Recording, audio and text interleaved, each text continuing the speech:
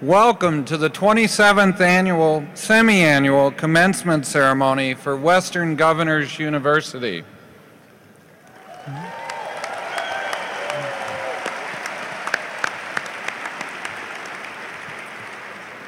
Thank you for joining us as we celebrate this special occasion. Our commencement ceremony is being recorded and streamed live over the internet. A special welcome to all of our online participants. Please stand now for the stage party processional and remain standing for the presentation of colors and our national anthem.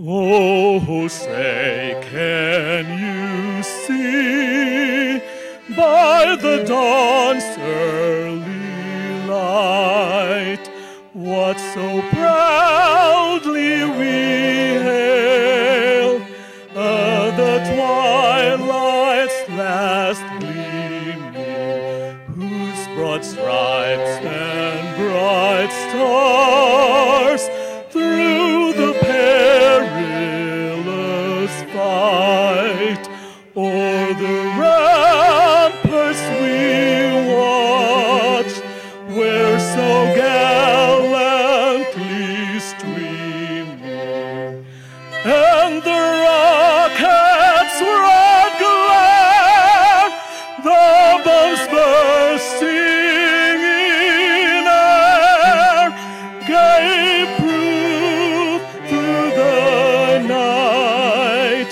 that our flag was still there. Oh, say does the star-spangled banner yet wave o'er the land of the free?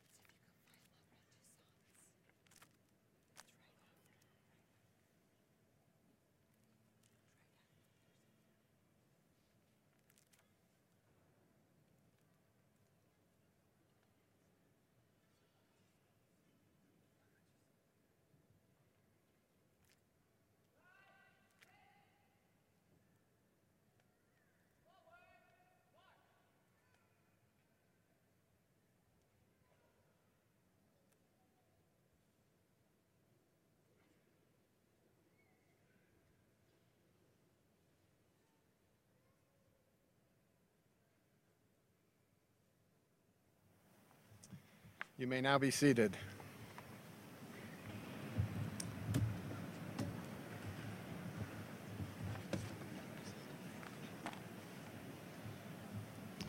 What a great occasion is commencement.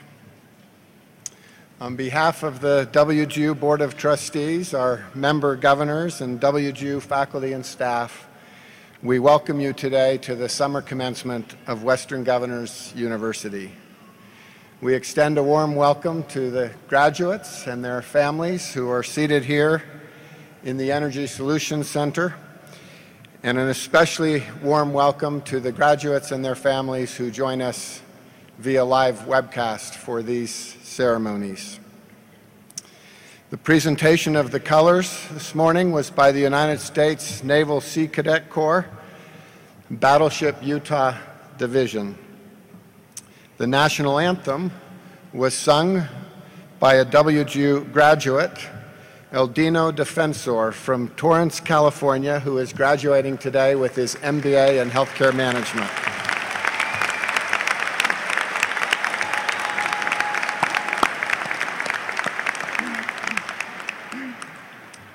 We welcome with us today Dr. Ted Mitchell, U.S. Undersecretary of Education, who will address us in a few minutes. We're honored to have with us as well Governor Mike Leavitt, founding governor of Western Governors University, as well as Bob Evanson, a member of the Board of Trustees.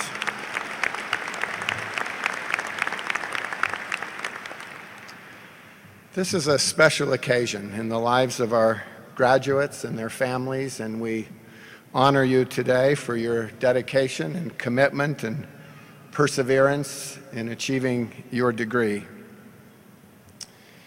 We celebrate today 5,541 graduates who have graduated since February from WGU, representing all 50 states, the District of Columbia, as well as military service personnel working overseas. 3,085 undergraduate degrees and 2,456 graduate degrees will be awarded at this ceremony. Nearly 850 of these graduates are attending here in person, who have traveled from 45 different states. The graduate traveling the furthest is from Hawaii.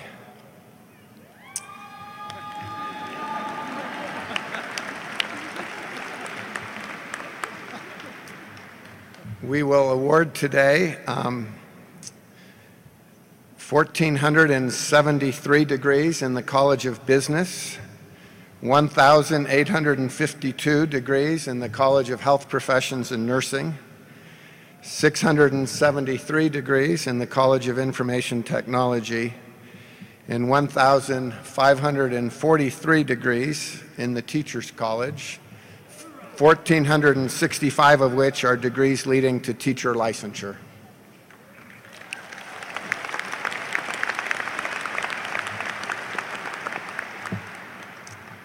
The average age of today's graduates is 39 years old. The youngest graduate is 20. The oldest is 75.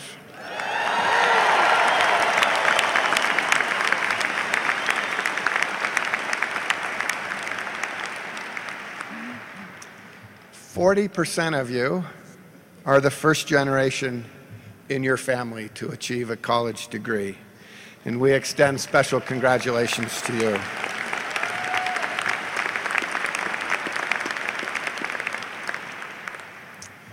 The average time for graduates with a bachelor's degree was 2 years and 6 months.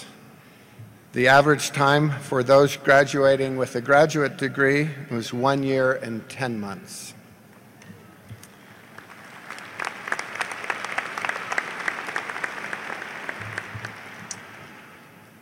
Graduates, you join today a unique and special group of WGU alumni who represent this university to the world. You are part of now a group of 36,000 graduates in the history of WGU. Interestingly enough, Half of all of those graduates have graduated in the last 2 years, including this graduating class. We are confident that your competencies and your confidence and your commitment will make you successful in whatever you set out to do. And in all of your success, we hope that you will remain connected to WGU as your alma mater and be an active participant as a WGU alumnus. 15 years ago, WGU signed up its first student. Today, we are among the 25 largest universities in the country in both enrollment and in the numbers we will graduate this year. You are forever a part of that success. I'd like to invite, just for a moment, Governor Leavitt to take just a minute and make some remarks. Governor Michael O. Leavitt was governor of Utah at the creation of Western Governors University. In very many ways, it was his vision and his drive that created the university. I remember, I think our first 4 or 5 graduations were in the backyard of the governor's mansion. We wouldn't fit there today. So following his service as governor, Governor Leavitt served as U.S. Secretary of Health and Human Services, and it's my pleasure to introduce you now to Governor Michael O. Leavitt.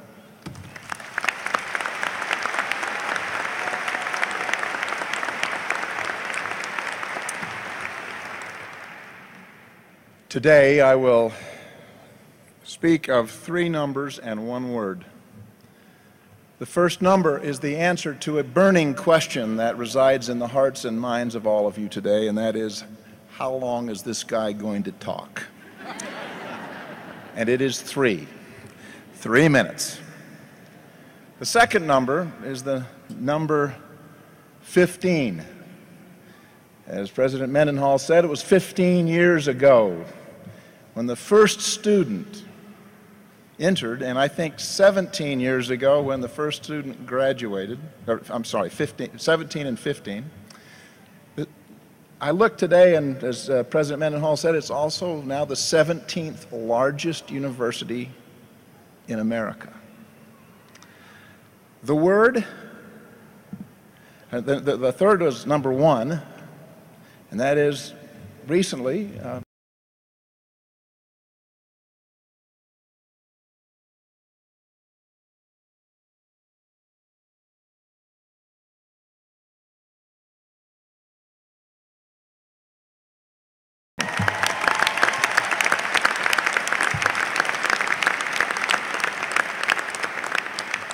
and finally, the 1 word, and it is competency.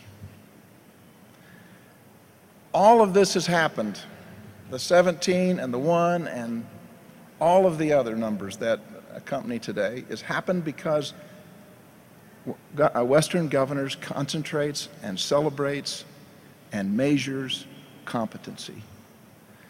And my message to you today is to make competency your brand too. And if you make competency your brand, you will also be number 1. Thank you.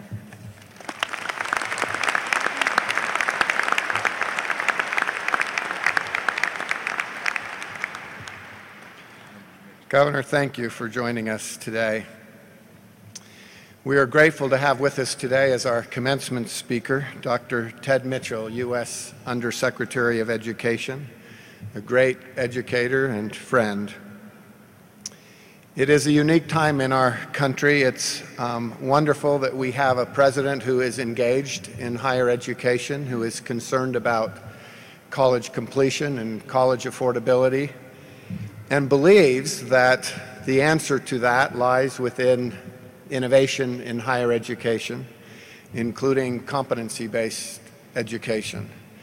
We have received great support from the administration, from my meeting with the President to Secretary Duncan's endorsement of competency-based education to the presence of Dr. Mitchell with us today as our commencement speaker.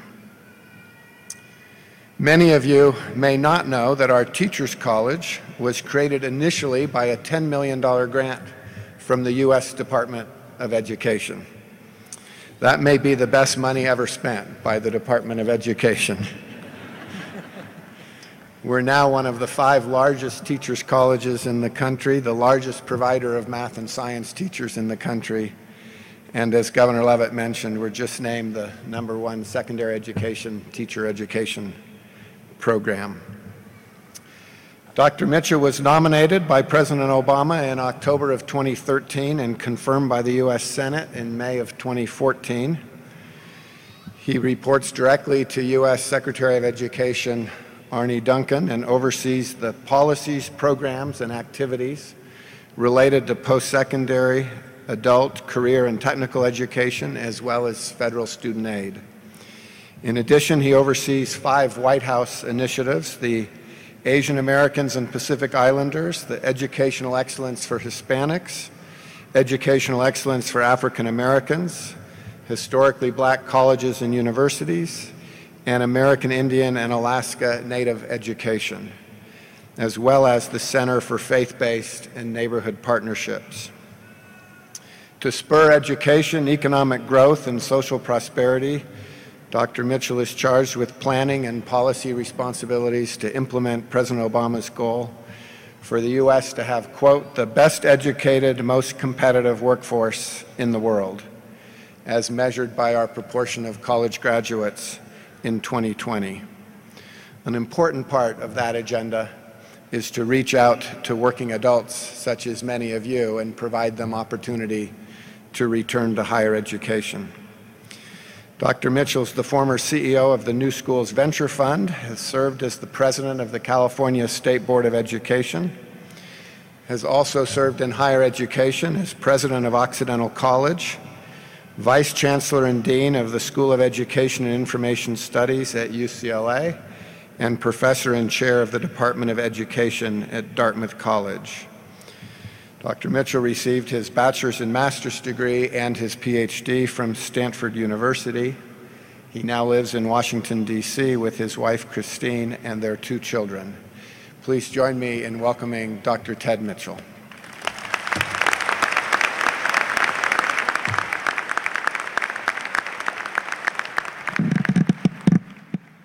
Thanks. Anybody else reminded of Hogwarts? President Mendenhall, Governor Leavitt, members of the Board of Trustees, distinguished guests, faculty, staff, family members, and friends, good morning and thank you. And to the graduates, a special welcome and a special thanks for allowing me to share this day with you today. I'm honored to join vicariously in your achievements. Let me say directly to you, and on behalf of the President and the administration, how proud we are of all that you've done and how much each of you has accomplished. We're proud of the struggle and the sacrifice that made this day possible. We're proud of the perseverance and passion for learning that you've shown. We're proud of the exceptional levels of responsibility and ownership you've brought to your own education, completing your work through the challenges of real life, driven forward, always forward, by a sense of real purpose. Most of all, the competencies and knowledge you've both developed and displayed here promise an exciting, exciting future. And I'm as anxious as anyone else to see where that future leads you. Because each of you, together with this groundbreaking university, represents something very special in America's future. Yesterday, as my flight from Washington approached Salt Lake, I looked out my window at the usual breathtaking view. I saw the Great Basin circled by the Rockies and the Sierras, the Great Salt Lake and the desert nestled in the crater. And I'd been thinking about this ceremony and how to talk to you about your wonderful achievements. When we started our descent into that amazing landscape that is Salt Lake, I thought about a different one word, Mike, and that word was pioneer. What comes to mind first when we hear that word is likely settlers and wagon trains, particularly salient here. But there are also pioneers who extend the boundaries of science and medicine, finding new causes and cures that uplift humanity. They're pioneers of civil rights and social justice who have fought to claim dignity for all people. And we have pioneers in technology and industry who dreamed that we would want a computer to carry around in our pocket, and who guessed that we would like to send 140-character messages to the whole world on a very frequent basis. The common thread is that a pioneer is someone who goes ahead into uncharted territory and who prepares the way for others to follow.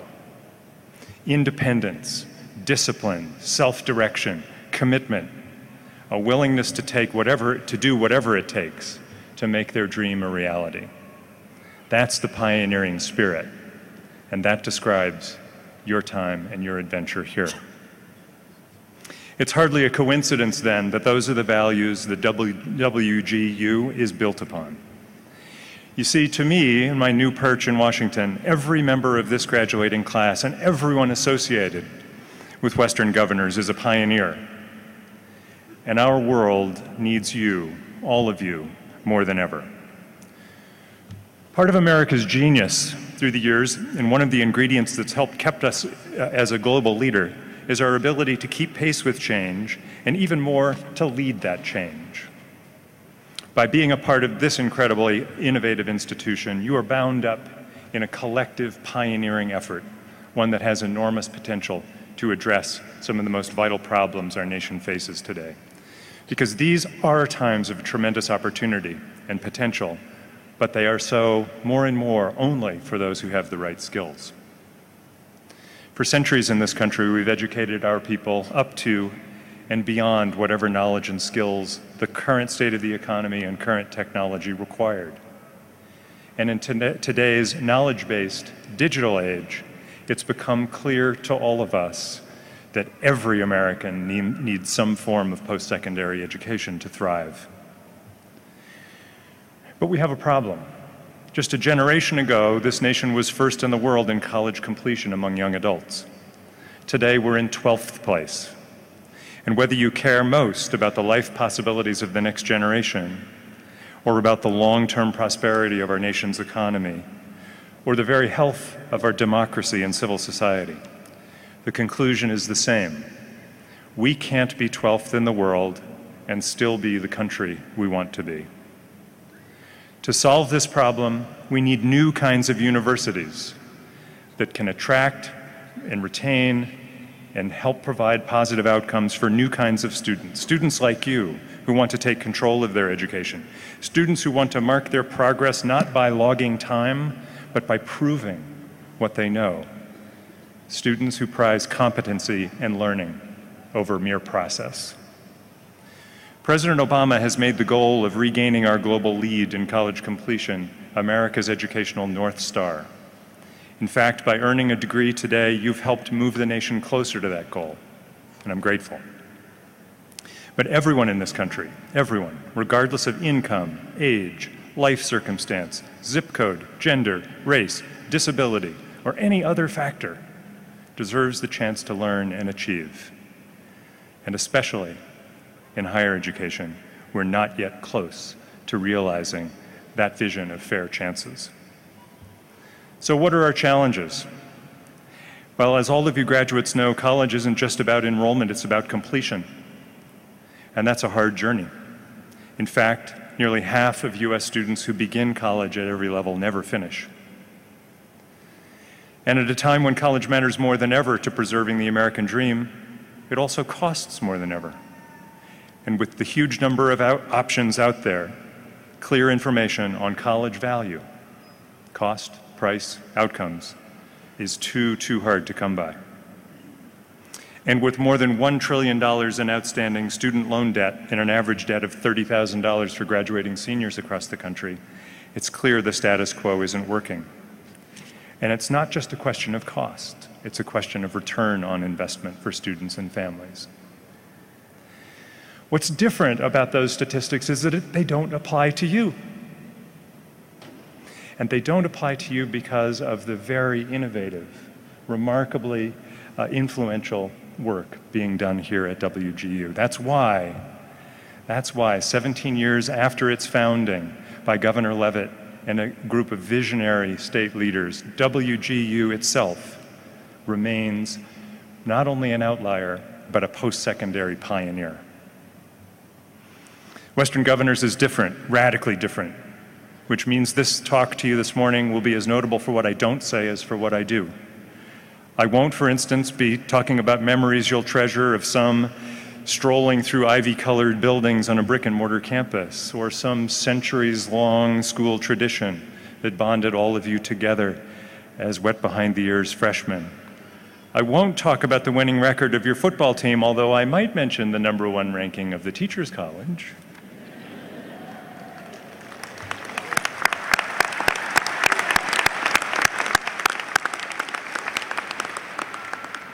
And I won't make the mistake of joking about the food in your dining hall, as that was most often your kitchen table.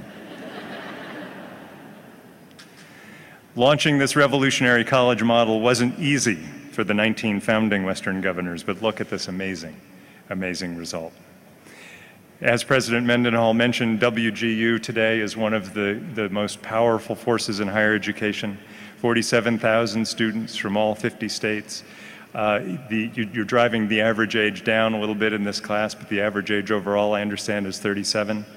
But most important for the agenda we have as a nation, many of WGU's students who will follow you represent groups that traditional colleges haven't served well. Fully employed students, first-in-family students, rural students, minority students from around the country. And over the course of your time here, you have also managed important family work and other commitments while you pursued your studies. And I'd like us all to take just a moment to thank the friends and loved ones who are here today, who've done so much to support and encourage today's graduates. Could you guys just turn and thank the folks who've done so much for you?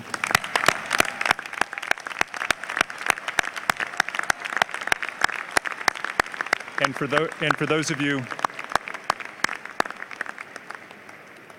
you watching on the web, perhaps turning around and giving a hug might work. Here at WGU, everything from the admissions process to how you pass your courses is different. You don't have to relearn material you've mastered. You work at your own pace with the flexibility to adjust to life's inevitable ups and downs. And while many traditional colleges still struggle to support so-called non-traditional students, you've each been paired with extraordinary faculty and mentors. So even if you didn't get to walk across campus for meetings with your mentor, you know that there has always been that someone there when you needed them. So let's take an opportunity to thank the faculty, the mentors, for their extraordinary work.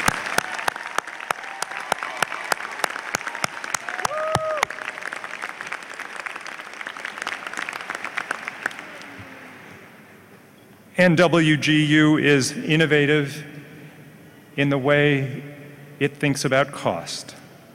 While annual in-state tuition is about $9,000 at a typical four-year state college and roughly $30,000 at a private four-year school, you've paid a flat rate tuition of under $3,000, the same as it's been since 2008 for each 6-month term, regardless of the number of courses you've taken or credits you've earned. And I know that this is just the beginning. Dr. Mendenhall, along with the forward-thinking members of the Board of Trustees and the National Advisory Board, will keep Western Governors on the cutting edge of access, value, and innovation. This is the future.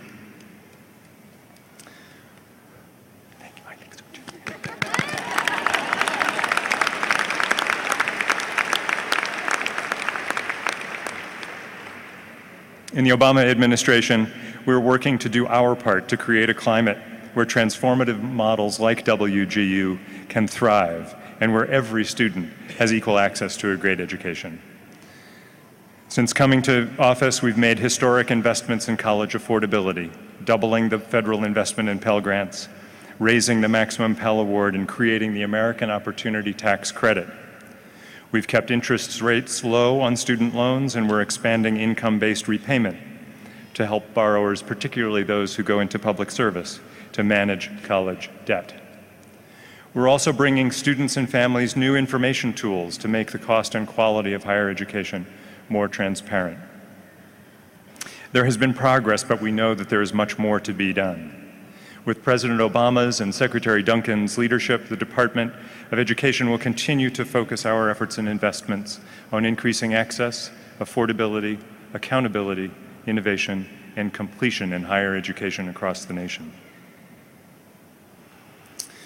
Today's graduates, you know the value of your WGU education.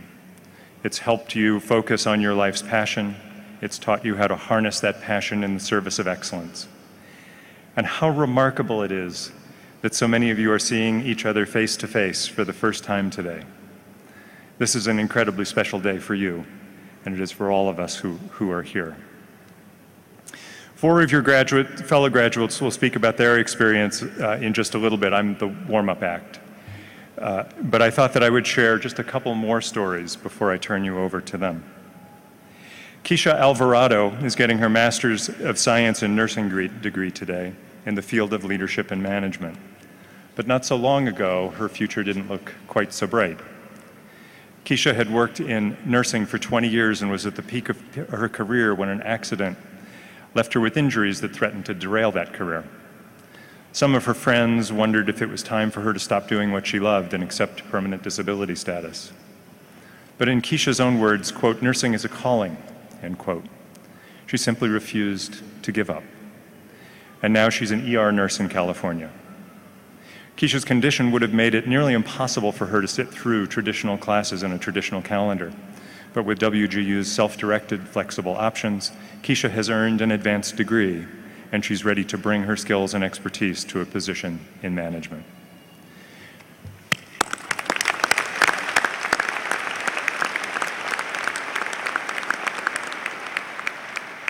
Katie Wood, too, knows what it means to have a calling. Katie will receive her Master of Science in Education Leadership degree today, and she knows what a difference great teaching can make in a student's life. In elementary school, Katie struggled with dyslexia, and a teacher once told her that she should become a hairdresser because her learning disability would preclude academic pursuits. But Katie didn't abandon her dreams of pursuing a career in education where she could be a champion for children who struggled the way she once did. Katie now works in a second chance high school with teenagers who need extra support making it to graduation. And it's her goal to become a principal. Thank you.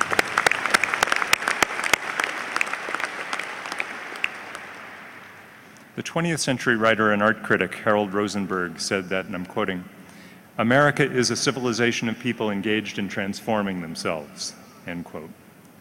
The pioneer spirit, that urge to meet and master the tremendous challenges and opportunities in our world, that's always been a part of our American character. Like Keisha and Katie, all of you are transforming yourselves. And through the work you've done here are transforming your families and your communities. You're pursuing your dreams and inspiring others to pursue theirs through the power of this remarkably 21st century education. And as we celebrate your accomplishments today, I also want to issue a bit of a challenge to you. You've been pioneers in a new way of learning, and I urge you to continue being pioneers. Even with your degrees, you know that things may not always be easy. Tough times, mistakes, failures happen to all of us. It's what happens in particular to pioneers. Frontier hero Daniel Boone was once asked if he'd ever gotten lost. "I can't say as I was ever lost," he responded, "but I was once bewildered for 3 days." So if any of you ever find yourselves bewildered, just think of this day. Remember the obstacles that you've overcome to get here, and recall that those wilderness times are what bring out the best in all of us. And just as you didn't get here all on your own, you'll never be alone in the days ahead. You'll still have mentors, you'll still have your fellow alumni and the WGU community to support you. The knowledge you've gained and the diploma you've earned are anything but virtual. They are real, and they are going to take you to exciting places. In fact, each of you will have the power to change lives and to make your communities and our society better. Each day, please bring the same resilience and sense of purpose that helped you earn these degrees to bear in your workplaces, homes, and communities. Whenever you can, find ways to share your gifts and experience with others. Volunteer, take time to mentor others, speak out for causes you believe in. And I hope that each of you makes it your special mission to encourage someone else, a friend, a neighbor, a family member, to take the next step in their education. Your success is a powerful, powerful example of what's possible. And so here's my wish for you. As students who've earned a degree from a university without boundaries, may there be no boundaries to your achievements and no limits to your dreams.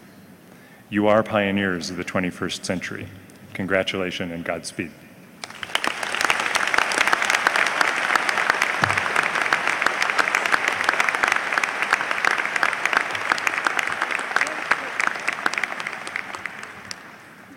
Thank you, Dr. Mitchell, for those inspiring words. Before I introduce our four graduate speakers, I should mention one other special graduate today. My daughter graduates today with a master's degree in education.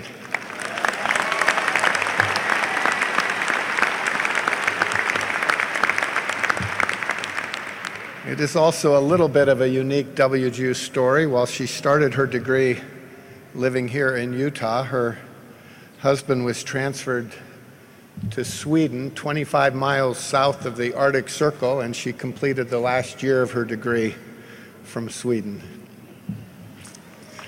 Congratulations, Jenny.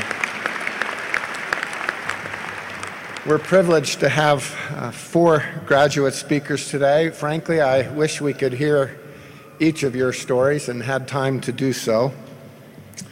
That each of you have inspiring personal stories of achievement.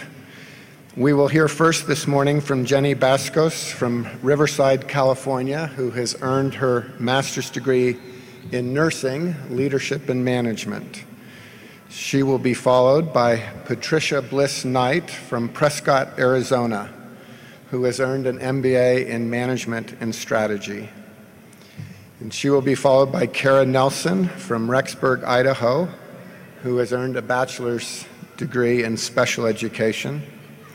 And our concluding graduate speaker will be Jeffrey Romlow from Two Rivers, Wisconsin, who has earned a bachelor's degree in information technology network administration. Following our graduate speakers, we will have closing remarks from Provost David Leisure. Jenny.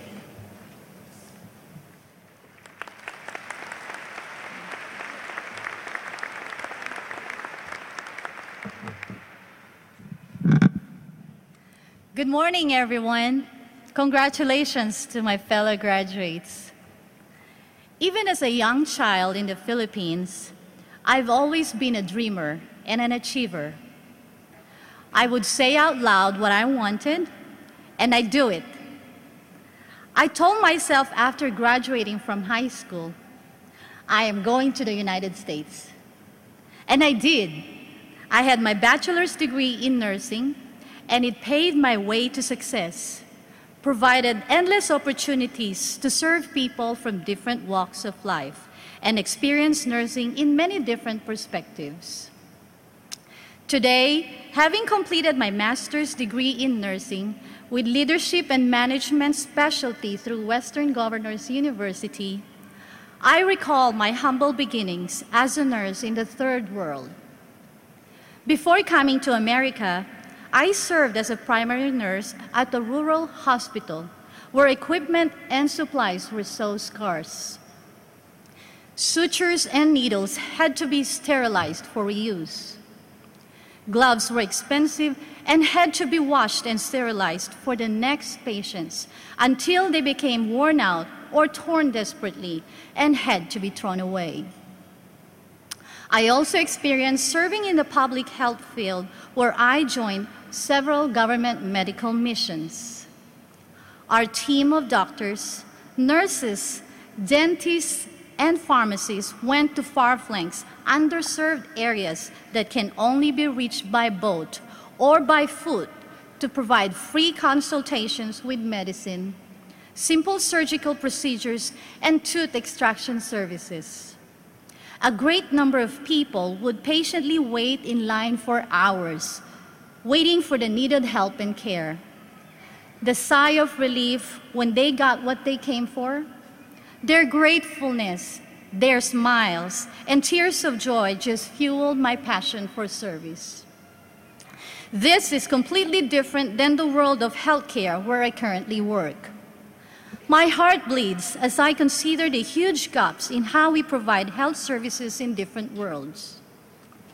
In the United States, I started out as an RN in a long-term care facility and am now employed as an assistant clinical manager in medical surgical nursing unit at a well-known medical center, part of an integrated healthcare system in Riverside, California.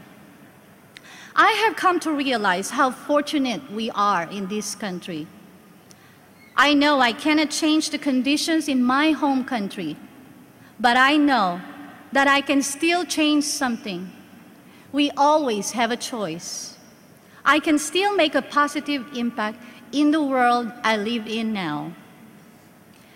My nursing experience back home, along with the additional knowledge and skills I have acquired by obtaining my master's degree in nursing, will continue to remind me of my humble beginnings while fueling my passion to excel and lead the improvement of healthcare for those I am now honored to serve. It may be small steps, however, I know I am making a difference. My MSN capstone project on quietness at night in the hospital led me to serving on a committee dedicated to addressing the challenge of noise reduction so patients can get a good night's sleep. I also serve on several other committees, including the Thrive campaign, which empowers my colleagues to make healthier choices, from taking the stairs at work and other initiatives that inspire staff to stay fit and healthy. Having completed my MSN degree in a short span of 11 months proved to me that everything is possible when I set a goal. Working full-time while at the same time being a full-time wife and mom, along with my full-time participation in my quest for my master's degree, wasn't easy. My mentor, Mary Alice, once told me as I was starting this journey, "It's difficult, but doable." She was very honest and supportive from the beginning. Now I certainly know and fully appreciate what she meant. MSN courses in an online environment require a lot of discipline, determination, and commitment. Time management is of major importance. These were the skills I have learned out of necessity to meet my goal. WGU has designed the MSN degree to be valuable in its entirety. Not only did it bring professional growth and self-worth, but the ethics and values that I learned are far more important and lasting. Being able to add the acronym MSN next to my name does not only bring a sense of pride, but most especially a reminder that I have to use the acquired knowledge, competency, and confidence to always perform at a high degree of leadership and lead by example. My vision is that of my organization. Provide extraordinary care, every patient, every time. My job is to fuel the same passion in the nurses that I lead, to engage them in excellence. My MSN degree also serves as an inspiration to the staff who are aspiring to go back to school and earn a higher degree. More important than my work is my desire to be an inspiration to my young and vibrant boys. Ryan and Ivan, who are with me today, along with my very loving and supportive husband, Reynold. Work-life balance to me is extremely important as my family is my priority. They are my inspiration, and they provide strength when I'm extremely challenged at work. I remember one day, as my 11-year-old boy was looking at the trophies and medals he had earned, as well as his dads and his brothers, and said to me, "Mom, you're the only one in this house who doesn't have any medals nor trophies." His dad replied as he heard my son talking, "Mom has lots of diplomas and certificates. And did you know that your mom has achieved the highest level of education among us by completing her master's degree in nursing?" And that was the beginning of yet another rich conversation. Today, I am showing my kids what it's like to walk across this stage wearing a cap and gown, along with the many other graduates who have worked so hard to achieve this success. Young kids are our future, so to lead them early on is a sublime virtue. Now, I don't hear my son saying anything about the medals nor trophies. This time, I will hear my boys, who are 11 and 6, say, "Mom, get your doctorate degree." Talk about inspiring, influencing, and leading by example. I think they get it. I thank WGU and all my mentors for being very supportive. They are very knowledgeable and just amazing people. The books and other study materials would have not been enough to reach the finish line, but the guidance and support of the mentors made this possible. The mentors made this experience a more fulfilling task. It is true, their only goal is to make you graduate. Thank you very much.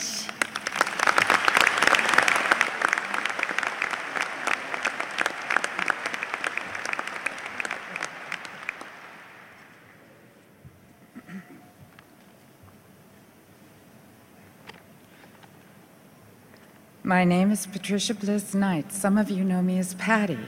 It's lovely to be here today graduating with all of you. I have a story to share about the value of online education. When I was a young girl growing up in Alaska, there was no television. So I read during the many hours of darkness about far-off places in books like Gunga Din, Marco Polo, and Bamba the Jungle Boy. I found that I yearned to see the world, how other people lived. I looked out windows at the clouds and sky and daydreamed of the independence and freedom learning to fly would offer. So at the tender age of 9, I decided that I would become an international airline pilot. Pursuing this goal gave my life direction and purpose. Living in a one-room log cabin without the amenities of running water or indoor plumbing, we bathed once a week in a galvanized tub, all in the same water. This was embarrassing for a pubescent girl. We had light from a single bulb when the generator would start, but when it wouldn't, I did my homework by kerosene lantern. Attending a one-room territorial school, I listened carefully to what the older children were learning. I found I also wanted horses in numbers. Black Beauty was among my favorite books. My mother always said that horse was my middle name. It wasn't really. My middle name is Bliss, the one I go by. I was named after an army post called Fort Bliss. I guess it's good I wasn't born at Fort Huachuca. My parents thought this fascination with flying was just a child's passing fancy. Women didn't have flying careers. They were mothers and homemakers. They feared for my future and were not supportive. I found it was discouraging and expensive to start so many classes in college that I wasn't able to complete because I was always out of town flying. Life has had a lot of firsts for me. I was a first child. I flew for one of the first air ambulance companies, airlifting patients and medical teams for Stanford and the University of California hospitals. I was the first woman smoke jumper pilot and air tanker pilot with an initial attack rating on contract to the United States Forest Service. I instructed professional flight engineers for their pilot's licenses at Flight Safety International. I flew for 3 airlines as one of the first women pilots and retired from Delta as a captain. I got to fly the elegant Lockheed 1011 TriStar internationally. My dream realized, I got to see the world. Appointed as an FAA designated pilot examiner, I administered tests and issued most flying licenses in aviation. I've written about my adventures in commercial aviation in my first book called Air Affair. But it was not until the advent of online classes accredited that I have been able to complete my education, 48 years to a bachelor's degree after high school and 52 years to a master's.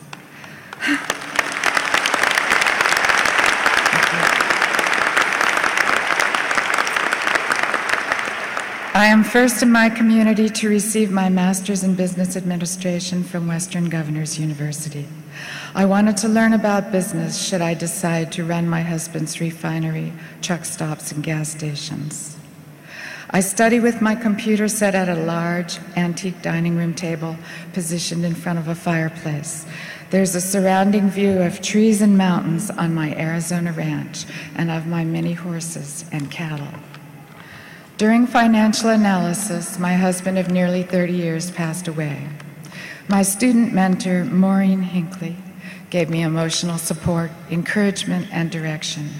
Without her, I'm not sure I could have continued.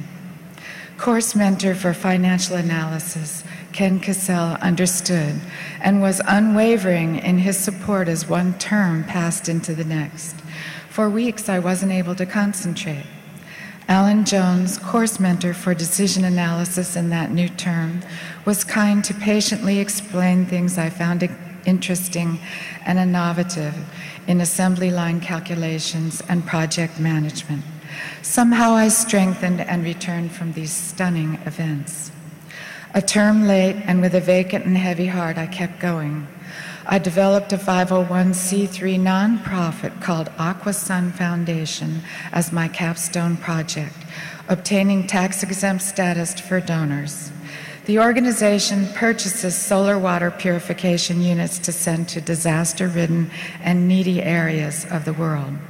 Shortly after, I put together a for-profiting marketing LLC called SAM, an acronym for Superior American Marketing. I'm here today proudly accepting my master's degree from Western Governors University, knowing that I was only able to undertake such a challenge because it was online. I've been able to run my remote ranch and give flying lessons off my landing strip while studying. Online education has filled the void and is absolutely the most innovative and best idea in education ever. Thank you, Western Governors University, for giving me this opportunity to share with my fellow students my successful journey to my MBA through online education.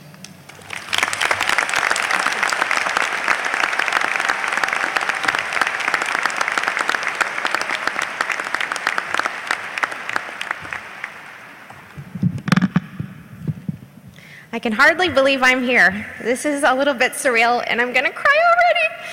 Oh no. Okay. There's Kleenex. Okay. All right.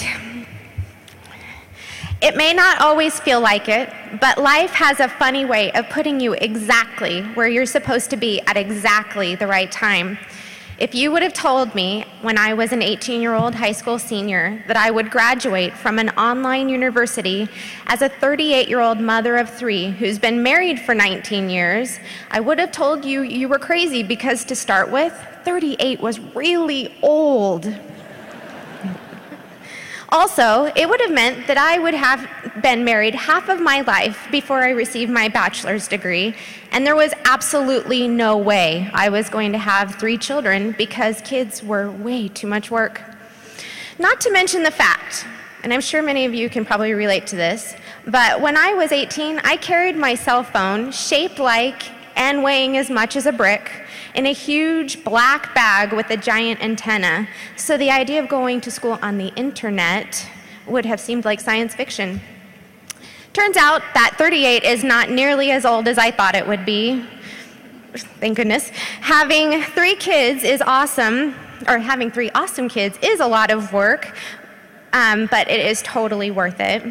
Being married half of my life is pretty great because I have an amazing husband, and my cell phone with the internet now fits in my pocket, so I suppose anything is possible. So you might be asking yourself, how did she end up as a 38-year-old first-time college graduate? Well, the story goes like this. Life happened, and not as expected. I've spent a lot of the past 20 years trying to figure out who I am and fighting some major self-confidence demons. I paid too much attention to that little voice that filled me with self-doubt and terrified me that I would fail miserably if I tried to go back to school yet again. I also let myself get knocked down too many times by choosing to listen to the few who had negative opinions about me. I remember one major life-changing moment when I chose to listen to a music teacher my second year of college who informed me I would never be a teacher because I could not read music. I dropped out of college for the first time not long after because that one flippant comment reaffirmed what I already believed about myself. I wasn't smart enough.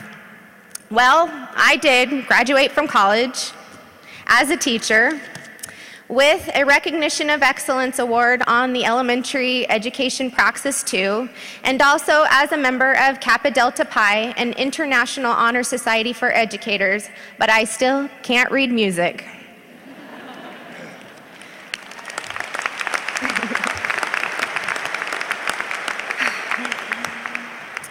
Fortunately, I have had some important life lessons that have helped me develop a passion that was stronger than my fears.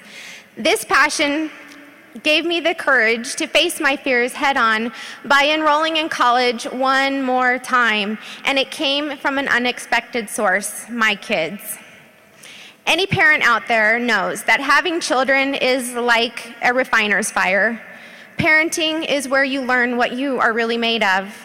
Parenting amplifies your weaknesses and helps you build some serious emotional strength.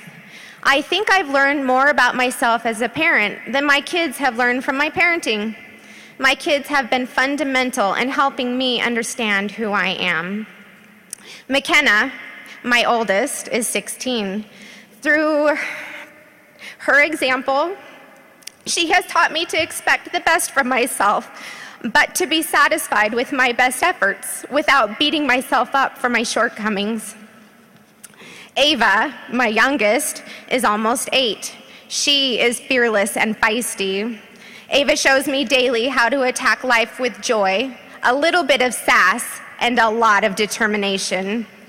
Lucas, my only son, is 13. He taught me how to be a teacher. I asked him if I could share his story with you because he is really why I am here today.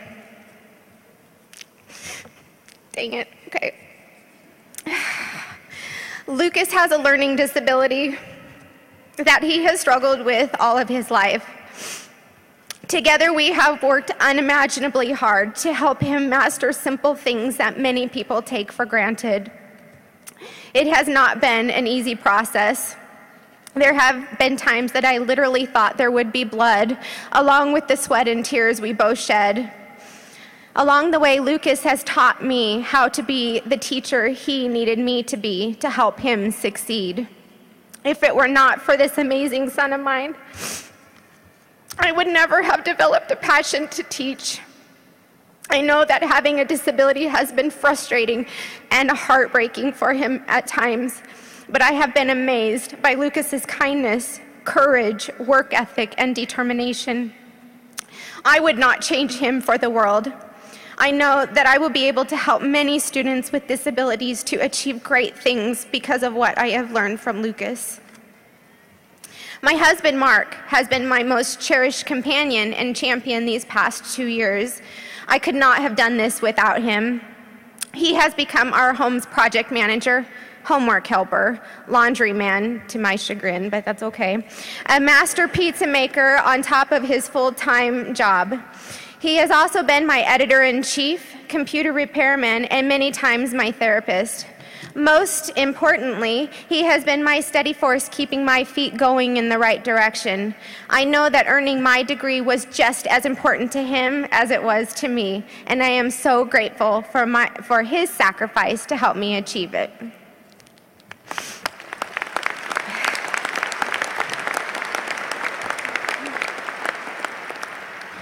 I am also incredibly grateful for my student mentor, Diane Frankham, who was determined to help me see myself in a different light. Diane was a dedicated cheerleader and my lifeline to sanity. Most of all, she never, ever let me feel sorry for myself. I am grateful to have had her in my life during such an intense time of growth and to have such a dear friend for life. I have often thought about the fact that I never intended to be this old when I finally graduated from college, but I am so grateful for the detours and character-building obstacles I have been blessed with that have helped me understand who I am. I am here today as a WG graduate because of the love and support of many people. I have learned to embrace my fighting spirit and discovered my own strength and fortitude to meet my fears head on, even if it took me a little while to figure it out. Like most of you, I have been knocked down a time or two or three, but I've gotten up and tried again. I am so grateful to be here today celebrating our success.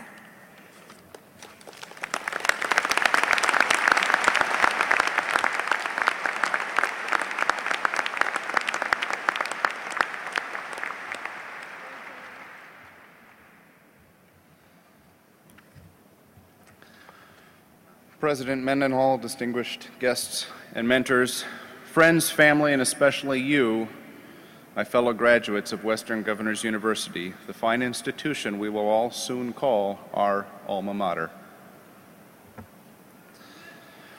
Tell us your story. Those 4 short words remained anticipatingly on my computer screen for some time as I first prepared for this moment. And as "tell us your story" swirled in my mind, I began to recall that your story, my story, our story, is exactly what has brought each of us here to the 2014 summer commencement of Western Governors University. Like many, my story begins with me doing what was expected right after high school, continuing my education at college, where I learned only that it was going to take a long time for me to get a degree that I didn't think I needed. And after 2 attempts at a traditional university, I eventually walked away with a handful of credits and just a bit of my pride still intact. My story picks up a few years later where I was working in manufacturing. That was the phrase that I used to mask the embarrassment of knowing that I was not working at my full God-given potential. I was an unskilled laborer who for too many years ran a saw. I took big, long pieces of metal and I cut them into short, little ones. Sometimes I even got to run the shear, basically a 10-foot long industrial scissors that I used to cut big metal rectangles into smaller metal rectangles. Now, don't get me wrong. Manufacturing is a respectable and rewarding profession for many people much more skilled than I, people like my father. I got to know my dad and his story during those years I spent working in manufacturing. And I wouldn't be the man I am today if not for all that he has taught me.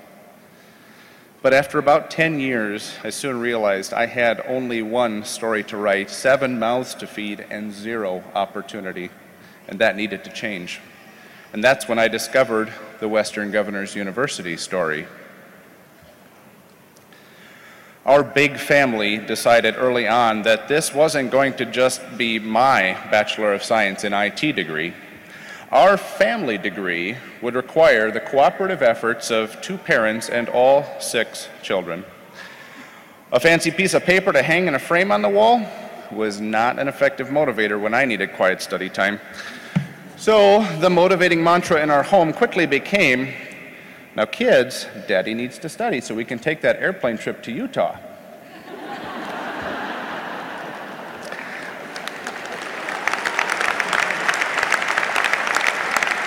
And I can assure you that few things in life will ever compare to the sight of my children as we strolled into the airport to finally board that plane to Salt Lake City. Wide eyes and awestruck grins told their story to the world last Wednesday. The untold story was the one that I heard at home for several years prior. Are we ever going to get to go to Utah? You see, when my mentor, Bill Mossberg, and I first spoke, neither of us realized that my story would span more than 5 volumes, unabridged.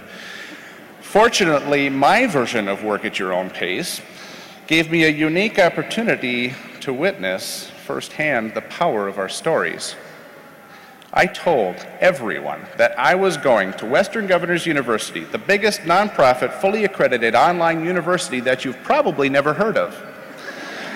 I loved to tell WGU's story, but I soon began to realize that it was not just WGU's story. It is my story. It is your story. It's our story. I find great comfort in knowing that God is the author of my story. Thank you.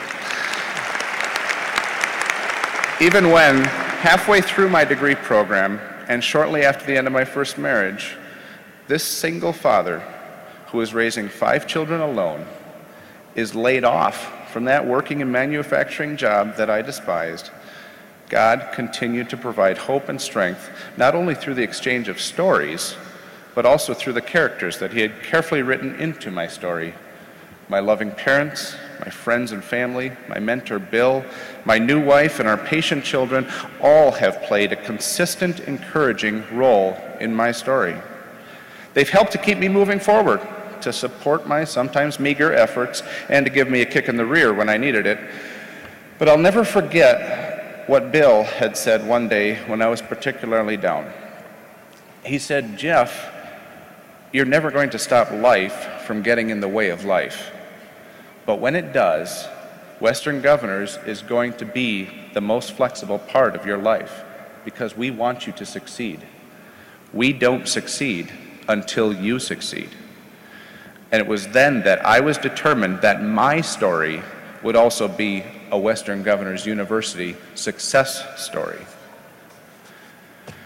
May of 2013, after finishing a job interview, the interviewer and I walked along the hall, continuing the post-interview small talk. And as we reached the doors, he paused, looked at me, and out of the blue, very simply shared his story. My wife graduated from WGU. His confident testimony hung awkwardly in the air for a moment, and then with great pride, he shared how WGU had allowed his wife to earn her teaching degree while he served our country in the Navy. He added, "I watched how hard my wife worked, so when you shared how Western Governors prepared you by making sure you were actually competent in what you knew, I knew exactly what you meant. And even though I had yet to finish my degree, I knew already that my story is a WGU success story." And by the way, I got the job.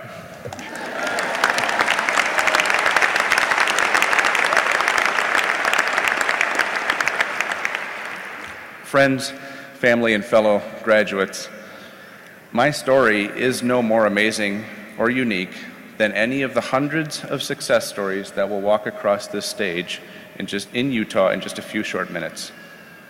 We're not here because of 19 United States governors that had a vision of this 17 years ago. The stories written before us and the stories being written here today have brought us to this stage.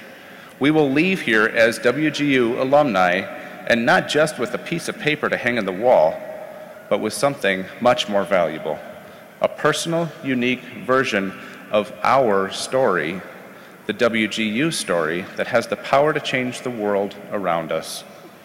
Our Western Governors University story, when told to the world, will spark the yet unwritten chapters of countless more Western Governors University success stories. So, fellow graduates, tell us your story. Thank you.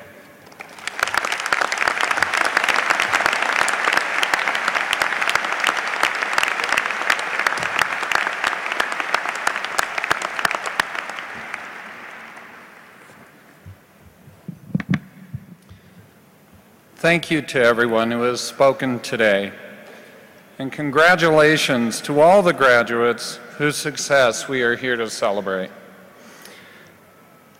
It is also important, as our speaker reminded us, to recognize the many individuals who have helped you reach this day, including your family, your friends, and your mentors. Please join me again in recognizing the family and friends who are here to celebrate with you today.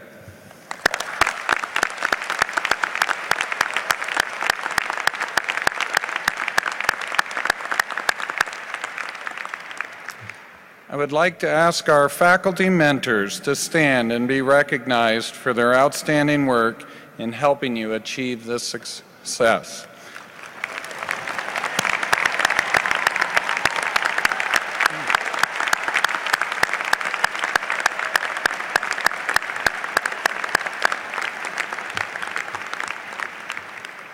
This ends our general commencement ceremony.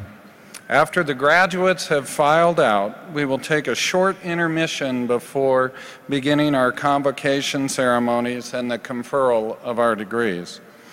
The hooding convocation for the master's degree recipients will be across the street at the Salt Palace Convention Center